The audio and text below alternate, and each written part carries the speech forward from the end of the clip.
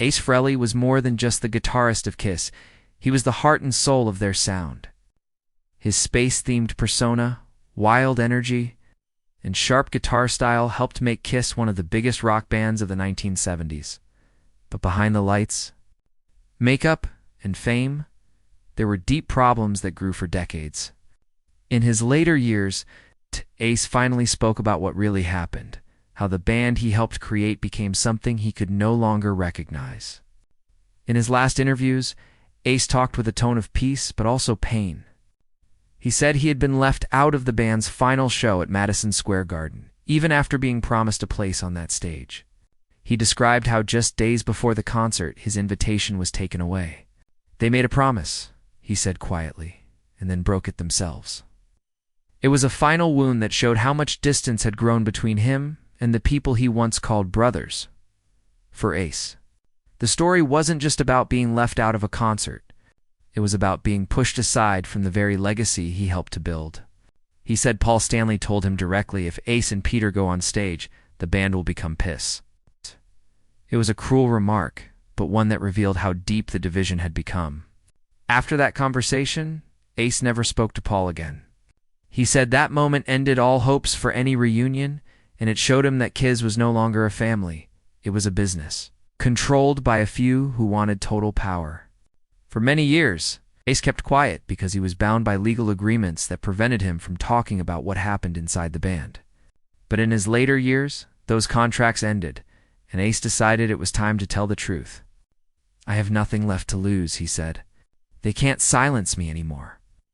Ace described how, by the early 2000s, Kiss had stopped being a real band. Instead, it had turned into what he called a two-man company. He said Gene Simmons and Paul Stanley made every decision about the songs, the tours, even how the other members were presented to the public. Ace said, "I was a founding member, but I became a supporting character in the story I helped create." He claimed that even when his name was on the album cover, sometimes he didn't play the guitar parts. The band used session players, but kept his name and image because it helped sell records. "They wanted the mask, not the man," he said. "They wanted to keep the image alive, not my music." At the same time, Ace was fighting a personal battle. During the 1980s, he struggled with alcohol and drugs, a problem that hurt his health and reputation. But in 2006, Ace got sober and said he never relapsed again. He wanted to prove that he was strong and ready to make music again, but even after his recovery, Kiss still kept him out. "They didn't need me to be sober," Ace said. "They needed an excuse to keep me away." To him, it became clear that his exclusion was not about his behavior or his ability. It was about control. Ace wanted creative freedom, but the others wanted authority. As time passed, Ace began to understand that he could never return to Kiss as long as things stayed the same. So he decided to focus on what mattered most, his music. He built his own studio, created his own label, and worked on personal projects that were completely independent.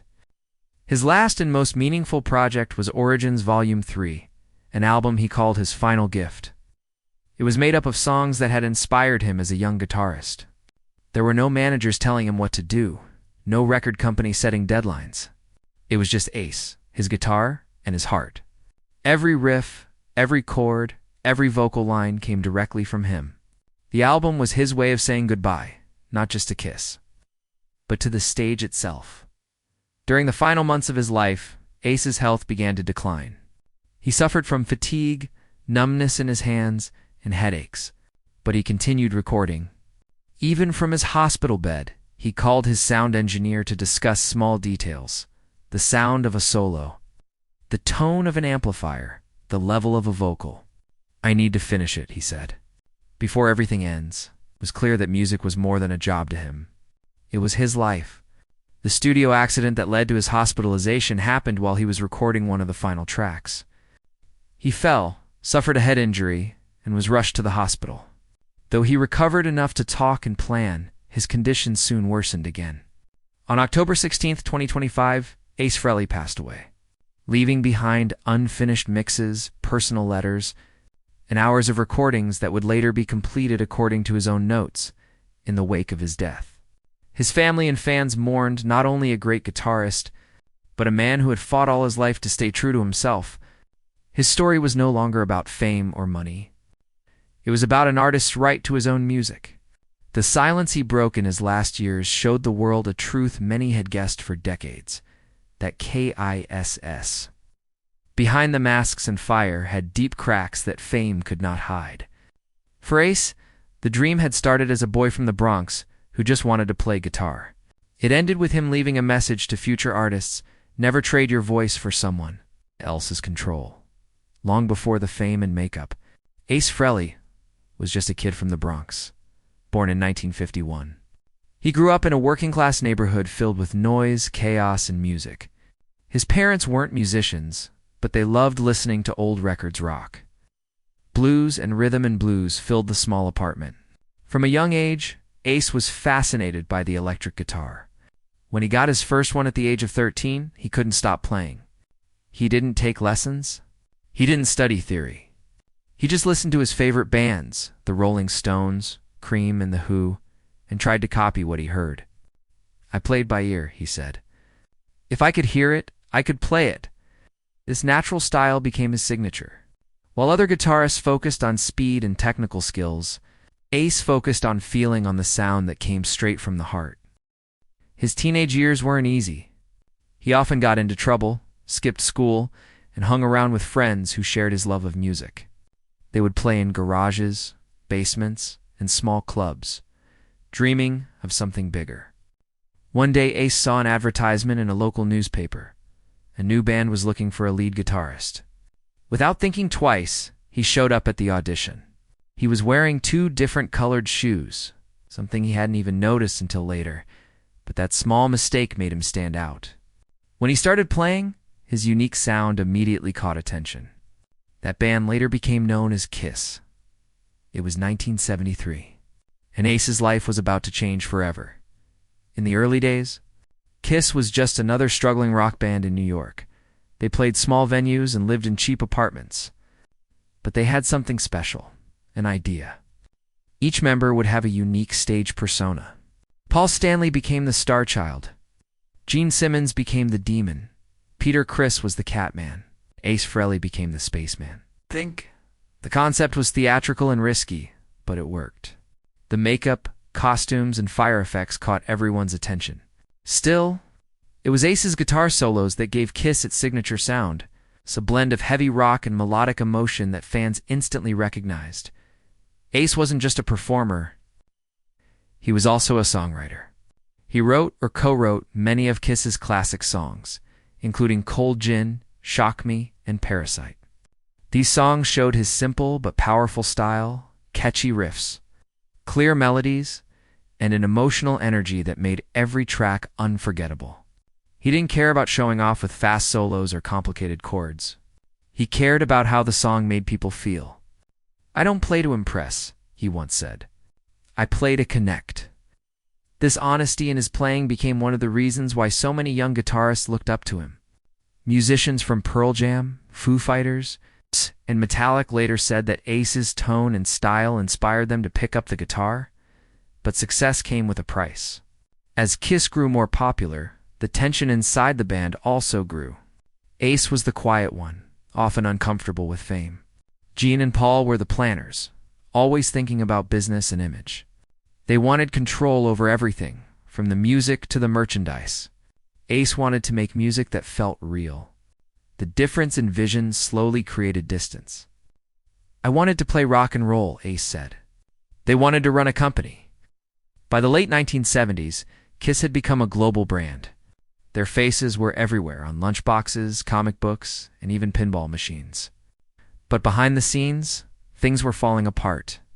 Ace began to feel like he had lost control over his own creativity. The pressure of fame, the endless touring, and the conflicts inside the band pushed him toward alcohol and drugs.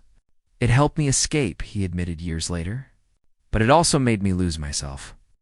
In 1982, he finally left Kiss, saying he needed to find his identity again. For a while, he disappeared from the spotlight, but music never left him. In 1987, he came back with a new band called Frehley's Comet. The name was a playful nod to his spaceman image, but the music was all his own. His first solo album, Ace Frehley, 1978, had already been a huge success, going platinum and featuring the hit New York Groove.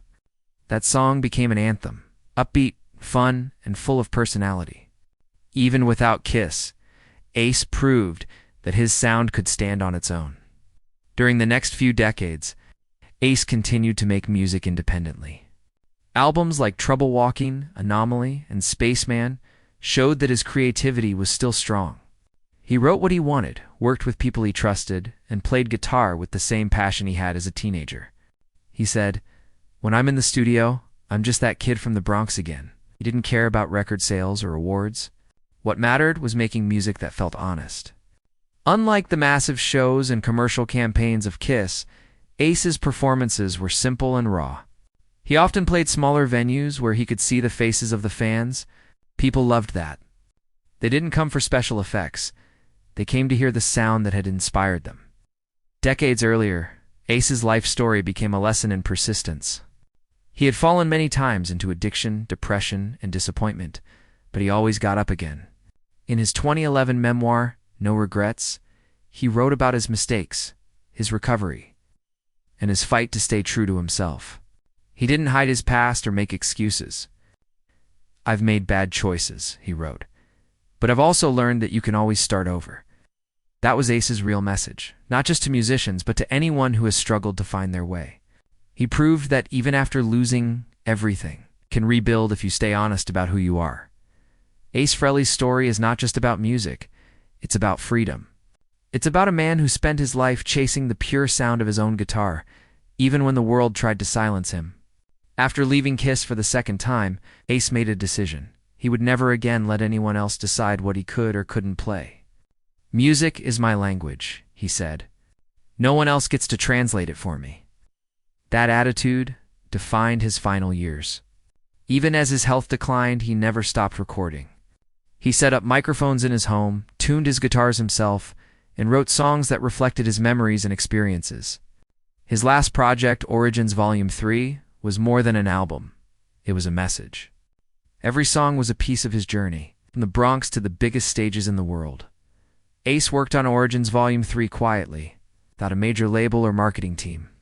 He didn't want it to be another product. He wanted it to be real. He told his engineer, "This one's just for me." The songs included covers of the artists who had inspired him as a boy: Jimi Hendrix, Led Zeppelin, and the Rolling Stones.